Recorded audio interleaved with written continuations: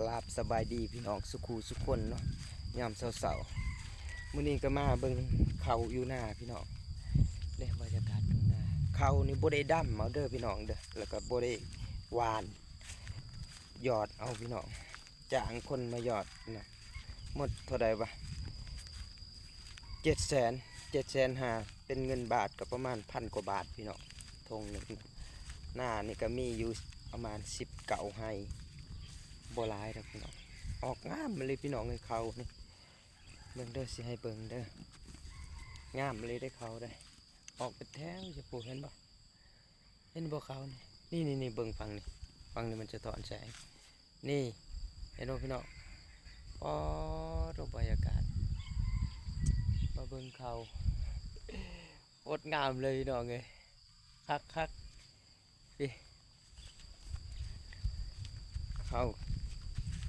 กำลังขึ้นพี่น้อง งัวควายเข้ามากินอยู่ได้เห็นกระเจ้าว่ะปล่อยให้มันกินโหลดว่ะโอ้ยมันจิกลทั้งหากทั้งต่อเต้กัดปล่อยมัน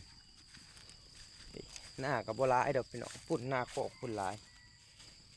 ไก่สิกลับกรุงเทพแล้วพี่น้องเอ้ยอีกบอกกี่วันเนาะมื้อนี้ก็สิไปซอยเพิ่นอยู่หน้าโคกพุ่นแหละไปซอยเพิ่นไถหน้าแล้วก็ขาดเนาะบรรยากาศยามเช้าพี่น้องโอ้ถึงดีเดิมมันเด้อมาจอบเบิ่งเขาแต่บ่มีงัวเด้อมันนี่หรือว่าอีแม่เพิ่นไล่หนีแล้วบ่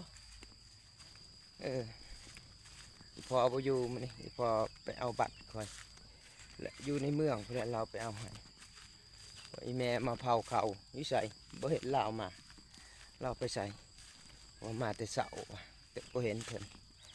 เฮ้ยพี่น้องบรรยากาศให้ชมเบิ่งบรรยากาศมันอ๋อเขานี่เบิ่งเป็นแถวงามมาเลยโพเห็นบ่อู้สวยงามพี่น้องออกงามมาเลยได้เขานี่ได้พุดรถก็จอดไว้อยู่หมหมายข้างหลังนี่เป็นต้นไอ้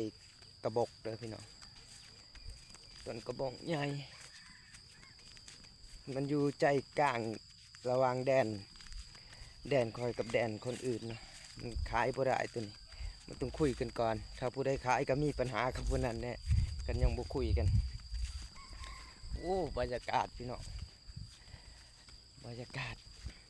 อยู่ทงไฮทงนาอันนี้ก็ยังบ่ได้ดำยังบ่ได้ขาดยังบ่ได้ไถเลยพี่น้องบ่ฮู้ว่าเขาสิดำเอาหรือสิยอดอันนี้ก็บ่ฮู้กันไปพี่น้องกลับบ้านไปหน้าทงกันต่อถ้ามาคลิปนี้ก็ฝากกดไลค์กดแชร์กดติดตามเด้อพี่น้องนะไปแล้วครับกราบสบายดีพี่น้องสุขุสุขคนบ๊ายบาย